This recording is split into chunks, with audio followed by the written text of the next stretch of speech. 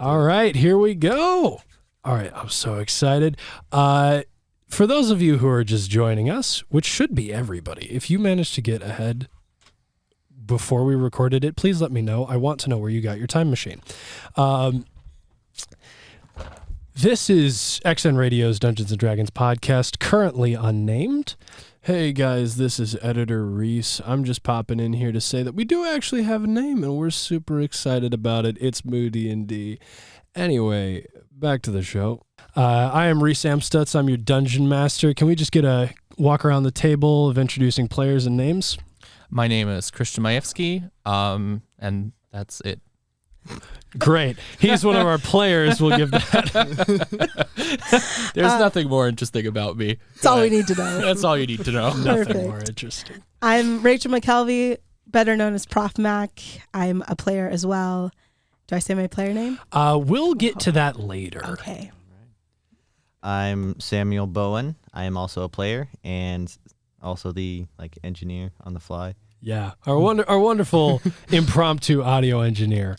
All right, so just a little background. We're kind of doing a session 0 here, just to give people information, specifically you guys, about the campaign, the lore, who you're going to be interacting with, where this whole story is based, etc. So just to set the scene,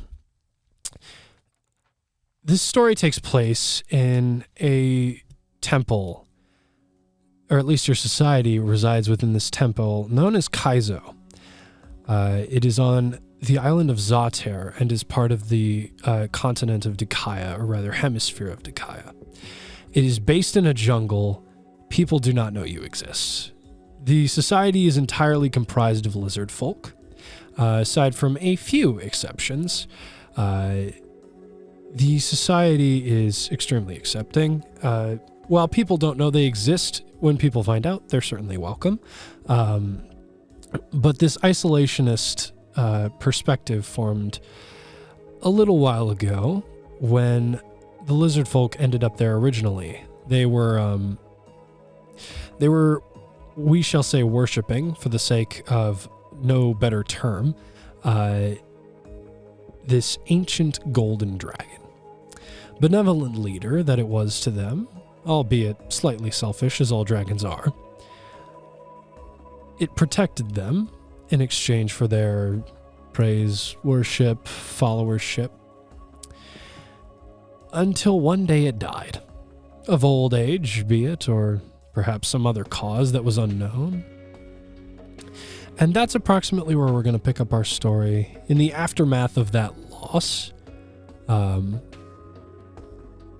your characters find yourself in this society. You know that within the society there are 4 major, they're kind of factions, but they're extremely fluid. Think nearly nomadic society that was forced to settle, not a well-established society, still very primal and tribalistic. Very primary value is community, societal responsibility. Something that I wrote specifically describing this, and this is something you guys have heard, the leader of the tribe, his name is Urthej. He says this every once in a while, is we give freely what is owed to each respectively. We take in those who find us, and we remain isolated and whole, but separated nonetheless. That's kind of his mantra to leadership within the Kaizo society. And so you guys find yourselves in there, and this being a session 0 is really just kind of getting you guys plugged into the society itself, since we haven't gotten a chance to really sit down and be like, okay, how did you get here? Who do you know? Stuff like that. So why don't we just go around, let's start introducing characters and start figuring out, how do you guys know each other, if anything at all? Sam, you're probably the most inherently linked to this society, so why don't we start with you? Oh boy. Okay. Well, my character is, I forgot how you pronounce it, but I believe it's Aimadraku, which is Greek, because I'm a nerd. He is a Warforged sorcerer. So he he's also a draconic bloodline sorcerer. Yeah, so a little bit of background on that character, what Sam and I did building this character. He was like, I want to play a Warforged. I'm like, I don't know how that would work. And then you were like, I want to be draconic bloodline. I was like, oh, I have a way this will work. So Sam, just so you're aware, you are aware of your creator. We're using the stats of a Warforged, but he's technically a stone golem. Your creator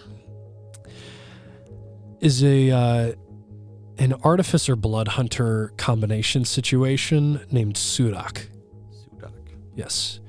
And he used his knowledge of machinery and blood magic to create you from the heart of the ancient gold dragon. That is how you run. The innate magic born within a heart of an ancient gold dragon, that blood flows through you, and he took those things and he pieced them together and made you who you were. And so that's where you came from. Your purpose was to be the new defender. Now that the gold dragon was gone, they needed something to watch over the city. And nothing's happened in the past. How old would you say the character is? 3 years? 3 years. Okay. I like it. Nothing's happened in the past 3 years. Nothing where a dragon would have needed to get involved. Nothing where you would have needed to get involved. But it's still built into you. You know there's something within your mind that is like, this is my purpose. This is why I exist. And so that's a little bit behind your character. And you're aware of the major leaders of the city. Like I said, there are those 4 factions. Arthej, like I said, is the main leader of the city. He's a stoic individual. Strong leader, quiet. Speaks when he needs to speak, but aside from that is going to lead through character than anything else. And you know of him very well because you've had to be involved with him really frequently. You also know well Migosk, who is the leader of the militia, which is one of the other factions. And it's just the local group that exists to protect on smaller levels, exterior things that might threaten the temple, but nothing bigger, nothing that you would need to be brought into. But you were trained and put into contact with these people frequently. The other 2 people who you're functionally aware of, but you don't work with a ton, are Rashik, the female lizard folk druid who leads what are known as the harvesters. They're the people who actually provide sustenance for the people within the tribe itself, actually keep the society functioning and alive so that nothing devolves into chaos. And then there's the leader of what's known as the tribe. It's everybody who's not one of those first 3 factions, and his name is Ark. And like I said, male lizard folk in this situation, but there's nothing in particular unique about him. He's no fighter. He's nothing magical about him. He's just him, but he's a good representative of the people. And so those are the 4 individuals that you know, and you know them pretty dang well. Then why don't we pop over to your character, Prof. Mac? Could you introduce us to your character? And then we still have yet to plug her in at all, so let's get her in there. Awesome. So my character's name is Adra Rushrud. Oh, I love that. Assuming. Yes. She is a rogue charlatan. Yeah. And what else do you need to know? Well, we're still figuring this out. Yeah, so this is how so many D&D campaigns start is, oh no, the session's in 12 minutes. We need to put the character together. So Adra is, she is this lovely little variant. I imagine her as kind of like you stand out, but you also try not to stand out. And you stand out because you're the only lizard folk who actually has that chameleonic ability that you have where you can just change the color of your scales at will. Whenever I want. Yep. And so that is something that you bear that is completely unique to you. And so I imagine you grew up with this society. So you know of all these people. You're probably more acquainted with Rashik and Ark more than anything else. Being, I don't know what this character's interests are, but given the fact that you chose the charlatan background, I'm imagining it was just a tribe member to begin with. Nothing more, nothing less. Until eventually, I'm sure, your character found interest in sneaking around and being fun and sort of functioning as almost the comedic relief of the tribe. But do you want to, I want to have a conversation with you, figure out more a little bit about what do you think is her like biggest value? What do you think she wants to bring to the tribe? I think for Adra, one of her biggest capabilities is just to bring peace among people.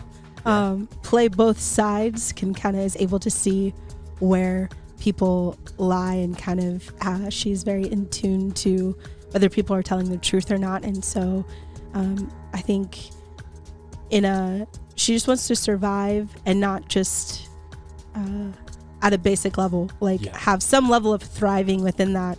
And so getting close to whoever can make the decisions.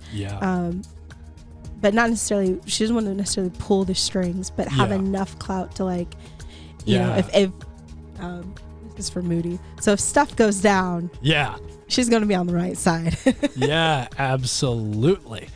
So can I ask, how old is Adra? We're going to put her at a feisty. Lizard folk live, remind me how long? They live to 60 years, technically, but there are magical things that can stop them from dying, and there are also things that can age them really fast. I play a lizard folk character in a couple other campaigns, and I'm terrified of our dungeon master bringing in a magical effect that ages my character, because it could age me out of existence, because he's already old.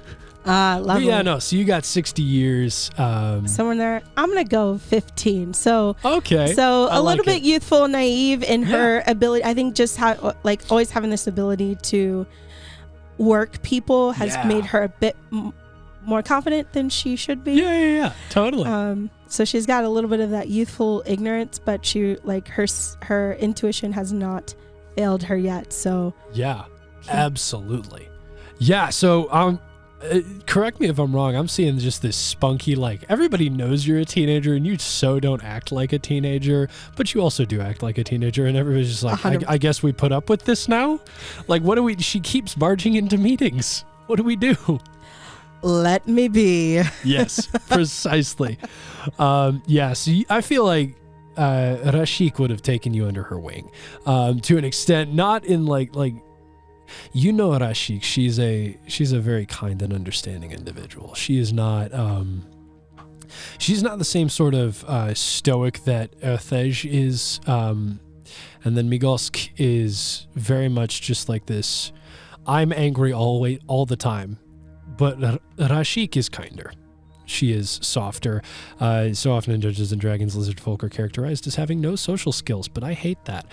So my lizard folk in my campaign setting do have social skills, and they're nice people. You know Rashik.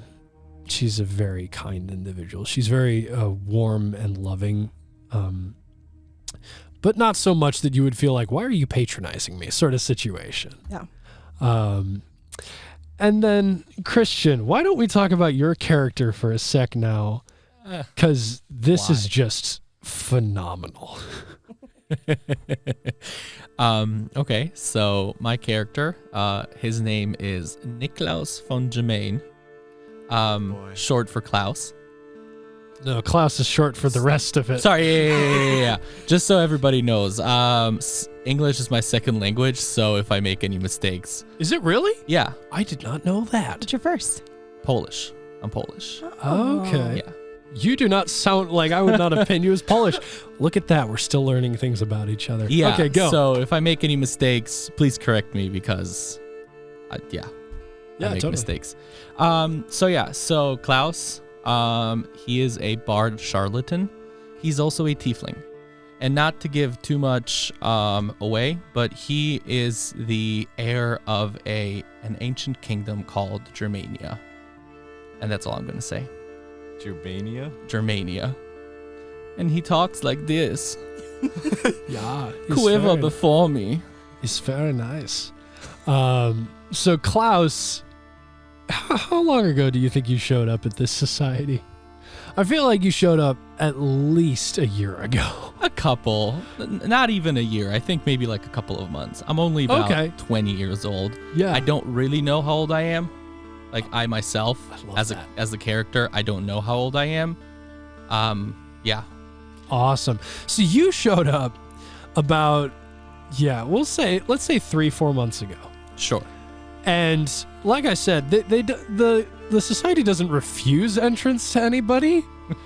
But you're definitely pushing their buttons, I think. You've explained this character to me before. Mm-hmm. You're just kind of leader of everything in your mind. Exactly. And so I kind of came to this society and I declared myself king. Right. And so he's like, if you guys have ever heard of the historical figure Emperor Norton, he's a man, I think it was the 1940s or something like that, or maybe it's the 1800s. He basically went crazy and declared himself Emperor of the United States and Protector of Mexico. And this was in San Francisco, and he basically just declared himself these things and then started going, okay, so because I'm Emperor of the United States, I'm going to need some stuff. And they just gave it to him. Like, the man was basically homeless and crazy, and he survived off the pity of others.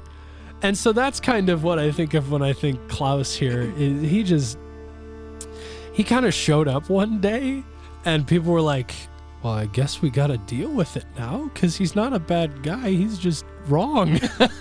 He's just insane. Yeah. And so you're aware of everybody. You're like functionally aware of every single person here. You know who everybody is because that's how you work.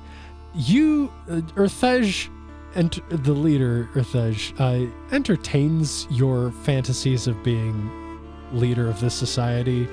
I imagine you kind of came up and were like, oh, look at all these poor lizards who need my help sort of situation. Yeah, just as another note, I also think of myself as like the most evil person imaginable. Interesting. Like I think I'm an evil emperor. Yeah. This is phenomenal. Interesting. So Urthej kind of like, you don't know this, but you two know this. He entertains Klaus over there. He's just like, yeah, buddy, what do you think? What do you think we should do? You know, pretends to give him the respect, and the second he's out of the room, all right, so now that he's gone.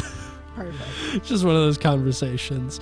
I would love to figure out how you guys met each other. You've been there the longest. Adra has. And so I imagine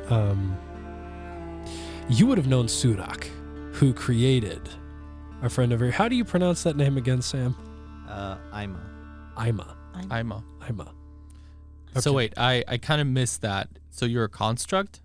Warforged, yeah. Okay. So he's a Warforged, which is our way of getting game statistics for him to be a stone golem. Okay. Cool. So the name is Ima. So you were around when Surak created Ima. And I imagine the second a part of the temple was closed off and behind bars, and they were like, we're working on something. You were like, well, really? I guess I am too. Let me help. I want to help. Yeah. And so you undoubtedly barged back there and saw this. How tall is your character? Oh gosh, I did not write that down yet. How tall would you like him to be? How tall can Warforged be? You're a stone golem. You can be, we'll say less than 10 feet, but keep it below that. 8 feet. Cool. Awesome. So you basically saw this like twice the size of most people. Well, not twice the size, but pretty tall. Yeah, it was probably a little daunting the first time. Like, okay, this is going to be my friend. Everybody's going to have to listen to me now. And you got the heart of the dragon in you? Yes. 100%. Yeah. And so I imagine the day that you were revved up, basically the second that Surak was like, okay, I think I got this. I think I can figure this out now. You just sort of stumbled in, like just camouflaging with the wall. I'm not here. And so I imagine, as is the case with most things, when they first come to life, you kind of imprint it on her. It was just like, okay, cool, we friends. Like, you know, 100%. Surak's your creator, but like, Adra, that's your friend. And so you guys have known each other for, it would be 3 years now. And then everything was great for, 3 years. You were off doing a lot of military training, Ima. And then one day, this crazy tiefling guy shows up out of nowhere. If I can speak for Adra at all, I feel like that caught her attention as well. 100%. Because crazy always means something's going on. Oh, yeah. I love that. I love what that is. I love it. Okay, I'm so excited to be able to play this campaign. So now that we've kind of established how you guys know each other, and a couple things about the city, I just want to open this up for you guys to ask me questions about the lore, about the world, literally anything at all. Some things I may answer, you are not allowed to know that. Other things I may answer, okay, only you know that. But I want to hear what your questions are, because this is an entirely homebrewed world. None of this is from any of the existing campaign settings like Greyhawk, Dragonlance, Forgotten Realms, anything like that. So, hit me. Just a really quick question. Are we supposed to remember all those names? You will not have to remember all those names. Okay. I have a lovely 188-page campaign setting for myself so that I can keep track of everything. Cool. So I can keep track of those. I would love, once we actually get the campaign running, for you to keep track of some of those names. Oh, definitely, definitely.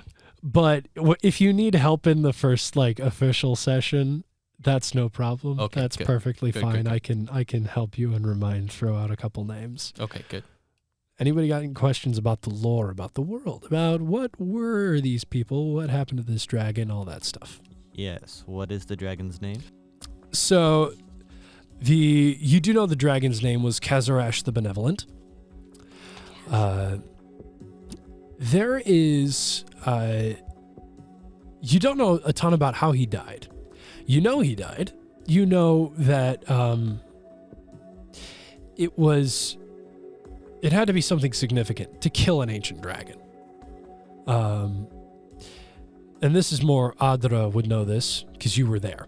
The dragon was not like a traditional dragon who had giant piles of gold and gems and all sorts of fun and fancy things. This dragon in particular found its hoard in you guys, in the people of the city itself. And so that's why it got the name Kazarash the Benevolent, is because while it was still a selfish motive to protect a bunch of people, it did protect a bunch of people. You do know that it spent the majority of its time in a space in the temple that you still have not been able to find. Somewhere in there, you know there's a door. You've heard rumors and talk of it in your slinking around. You've heard Erthej and Migosk talk about, especially in recent months, things coming towards the door, things moving in that direction. You know there's a door somewhere. And it's a door that needs to be unlocked. It needs to be unlocked because it's hiding something right now. But you don't know precisely how the dragon died. So that's about all the information you have on the dragon. You know he was a very nice dragon. Very nice. Have we seen the corpse of the dragon since he's dead, or is it just someone told us that he's dead and we believe it? You have not seen the corpse of the dragon. You know that some corpse must exist because he's running on a dragon heart. My lovely friend Emo over there. He's definitely running on a dragon heart. So a corpse must exist, or at least some remain must have existed, but you have not seen it, no. Yeah. So you said that this entire setting is in a temple, right? Yes, yeah. So there's a massive, basically rainforest jungle, think tropic style jungle surrounding this that really is, and there's a mist that surrounds the temple itself that has just been sort of like an arcane barrier that you don't know exactly the origin of. You just know it's there, and that's what keeps people from getting in all the time. And that's you were the person who didn't care about the mist and was like, huh, fog, jungle, dark? Sure, why not? And so that's how you ended up there, and that's why there are basically nothing but lizard folk here. Okay. Also, how old is the society?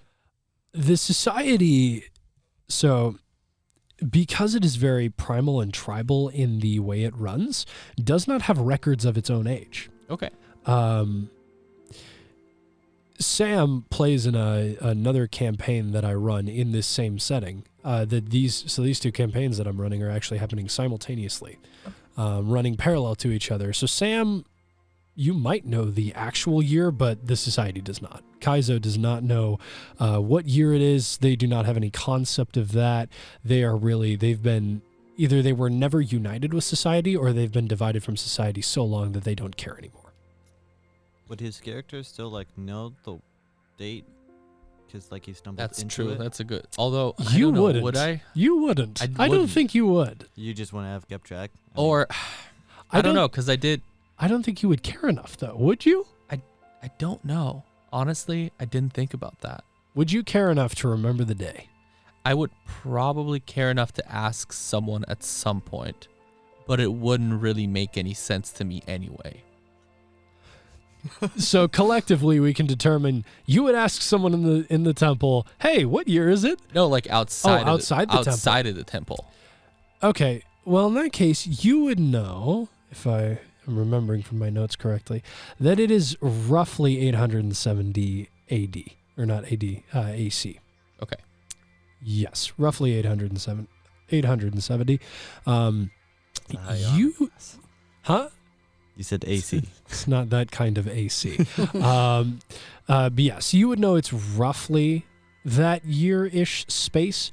870, okay. You don't know what AC stands for, just given your current mental state. I am guessing that it's after Kerberos the Destroyer. Sure, we can. I am fine with Klaus thinking that. Yeah, so that's roughly what time it is. Okay. But whether you've decided to keep track of the month and the day post that, Probably not. or even remember what the third digit in the year was, you just remember it was 87, and then there was another one after that. Yeah, and then I just stabbed a guy. So yeah, you guys know that it's, I imagine you would have had conversations about this at some point. You're aware that it's 870 AC according to someone. Okay. Someone outside the temple has determined it's 870 AC. You don't know how they got there. You don't know what it means, but you know somehow. You don't even really know where I got that information from. It was just some kind of town by a lake. He could be lying. Also, I was about to say, it's close, so I don't know if we truly believe you in the time, I don't know. knowing what we know about you. There you go. Have lizard folk been allowed to leave if we are for lack of a better term, the dragon's horde? Was he benevolent enough to let people explore outside of this? And just to add on to that, how big is the jungle around the temple? The jungle, from your wandering, Klaus, you know the jungle itself is pretty dang big because it took you about 3 days to get through the mist, and you were in the jungle for about a week before that. Okay. So it's significant. It's a good hike to get out of the jungle, and you only get to the temple through the mist by sheer luck. So it's big. The dragon, Kavarash, did I say Kavarash or Karavash? I can't remember. I have Kazarash. Kazarash, yes. Kazarash, he would have let people leave, but it was always with a warning of you don't know what's out there. Okay. There's a reason we stay here. Okay. And so that is what you know about the outside world is it exists. We're allowed to go, but why would we?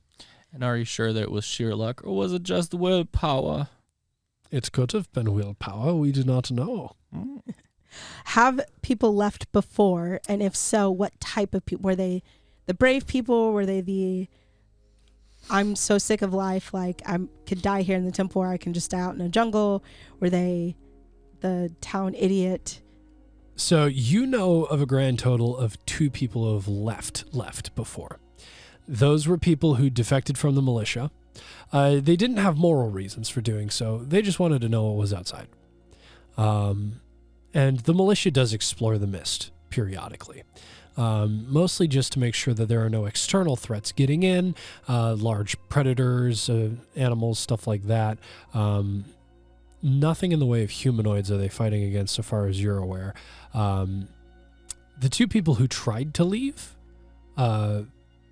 one either succeeded or died, you don't know, and the other one came back. What did he say when he came back? He said the same thing that the dragon said. You don't want to know what's out there. Okay. It's way better in here. So that's really your reference for what our campaign setting looks like. Keep asking me questions if you have them, because there's still things that can be known. I don't know what they are yet, but when you ask the right questions, I'll know.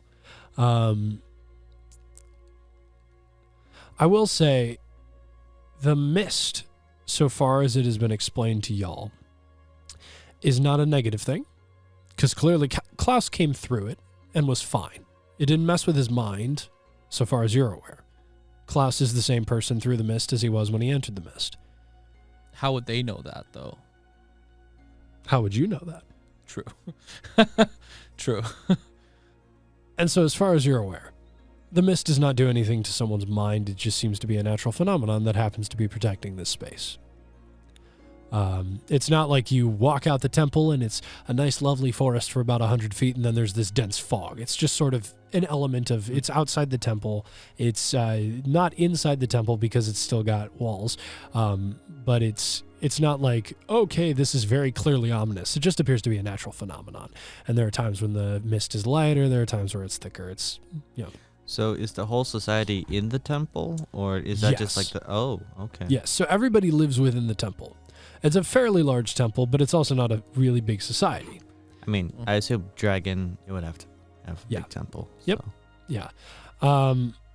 But you're looking at, like, with Klaus, probably about 150 people. It's not a very large society. Lizard folk die fast. Like if this was a temple filled with elves, we'd have thousands of people within a matter of years because they live for 700 years. But because lizard folk die after 60 years, the society stays generally really well balanced. You're not breeding like rabbits. So, other than Klaus, what other outsiders, if any, have come in and been accepted to our society? About 30, 40 years ago, there was one guy, a human individual who went by the name of Diru, who made his way to the temple and remained there until he died. But aside from that... You said he came 30 years ago? 30, 40 years ago? Approximately, yeah. What stories do we know of him? Or what stories have I finessed out of people? You have been able to get out of various elderly within the society. They were a bit more open about who Collier was. Collier came because he was fleeing from a war. He was a refugee from war. And so he was generally closed off. He went into the jungle looking for an escape, and he found it. He got lucky. He didn't know you guys existed, but when he found you, he joined your society. He was a kind individual, functioned as sort of a second in command to the leader before Arthej. And then it was when that previous leader died that Collier took over for about 2 years, and then Arthej was raised up in his place. So yeah, that's the only story that you're aware of. They don't come through very often. It's a very rare occasion for a non-lizard folk, or even just a lizard folk from outside of the society, anybody, to come in through the mist and stay. Much less come at all. So, okay. A question for Klaus, or about, Yeah. Because obviously, once I got there, and I saw this poor society that needed my help, I would have explored my kingdom. Yes. To at least know what I'm ruling over. Yes. How much do I know about like the internal infrastructure of the place? So the temple itself is shaped kind of like it's shaped kind of like this eye sort of situation. So it's got the main front gate, and it comes up and around, and then it's got a small indent, and then you've got 2 levels. And then in this indent here, there's a wall that closes it off, and those are natural gardens. And then the second floor is used, half of it is garden space and half of it is residence. And it's just large enough that the children have space to play and have fun. And there is this one center column sort of situation that exists right in the middle of that indent, where inside the walls there's this space, and it's got a hallway around it, and there are 2 doors on each side. And then when you pass through, it's just a hallway with crude paintings of just sort of like with various berry juices and just like, primitive paints of the dragon, of former leaders, stuff like that. Sort of a memorial to who we are and why we're here sort of situation. Is there any sort of basement? There does not appear to be any lower floor so far as you're aware. Okay. With the dragon, did he interact with the lizard folk, with us regularly, or was it he just protected us? The dragon itself was very much a protector, more like he was not like a militaristic leader. That's why there has always been a leader of the tribe, but the dragon has been like should he say something that overrides the leader, he's the person we listen to. We don't listen to the leader at that point. We listen to the dragon because the dragon knows better than the leader. But rarely did that happen. The dragon was more in contact with the primary leader than the tribe itself. However, there were times where the dragon would come out and just play with the younger lizard folk and just sort of sit around and let children run all over him. He was like I said, a kind dragon, but still a dragon. It was not someone that you looked at and you're like, man, he's super cool. It was like, man, that's a dragon. That's an ancient dragon that's like 100 feet tall, and they're not that big, but significantly sized.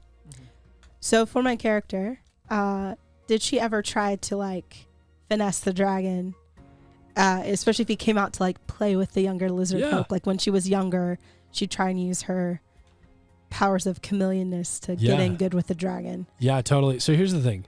The dragon liked you, but the dragon was still stoic. The dragon was still, even when we talk game statistics, your character has what, a wisdom of 13, 14, 12, something like that? 12. The dragon was about twice as wise as you. Okay. About twice as charismatic as you, twice as intelligent as you. Ancient dragons are not stupid. They can tell when people are trying to finesse something out of them.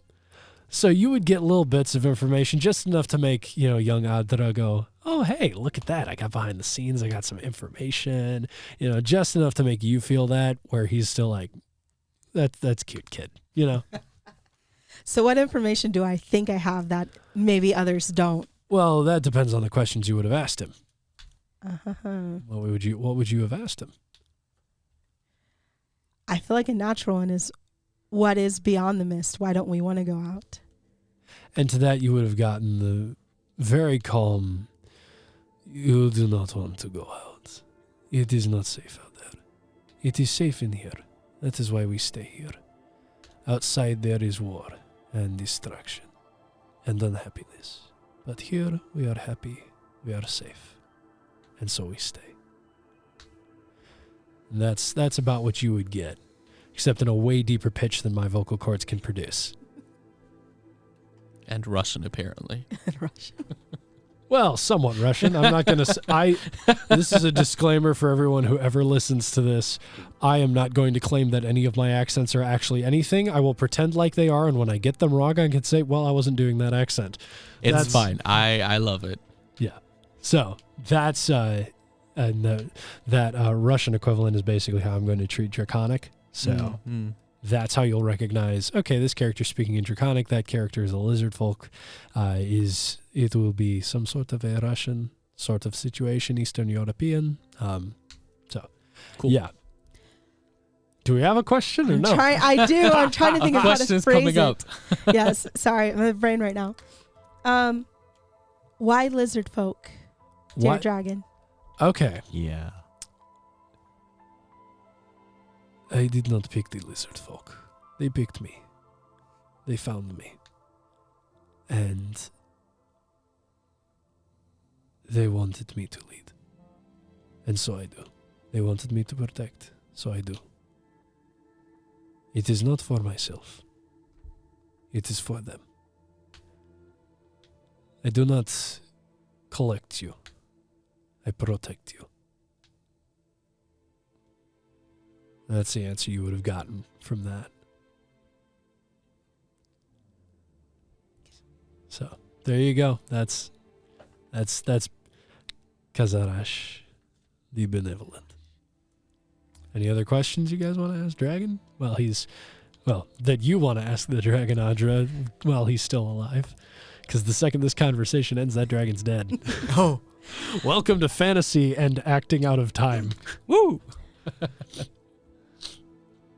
I'm still working on my character voice. Yeah, so no, you're good. Session 2 may sound, or session 1 may sound a bit different. Absolutely. I mean, I'm glad that the lizard folk found you, and obviously I think that we're great, but I feel like as a dragon, might sometimes wish to be surrounded by other dragons. Do you ever feel lonely? Like, I feel like it would be lonely to be the only one of your type here.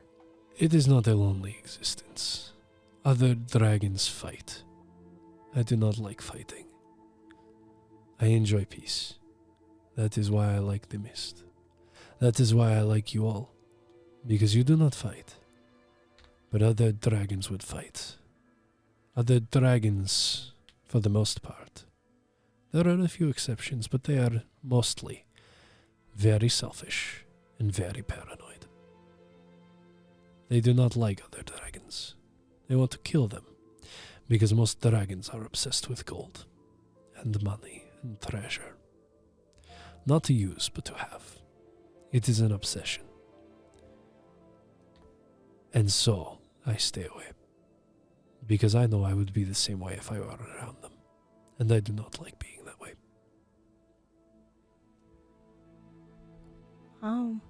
Sounds like you've maybe experienced it before. Like, what was younger Kazarash like? Kazarash, when he was younger, was a very angry person. And I do not like being angry. So I left that.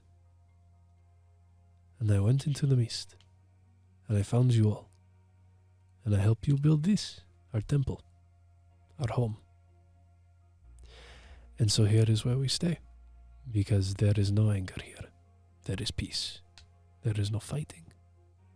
There is peace. There is no war. What would you do if the lizard folks started fighting? Would you kick them out? Or, I don't know, like, what would happen if we started fighting amongst ourselves? They do not fight. Have you noticed this? The lizard folk do not fight because they are happy. There is no need for fighting. There is food to go around. There is room for everyone. They would not need to fight, but if they did, we aim for peace. We do whatever is the shortest path to peace that does not cause further conflict. I do not know what that would look like in that situation, because it is different in every situation. It depends on what they are fighting about. If they are fighting about food, then we show them that we have enough food. If they are fighting about not having enough space, then we show them where we have space. But it looks different in every situation.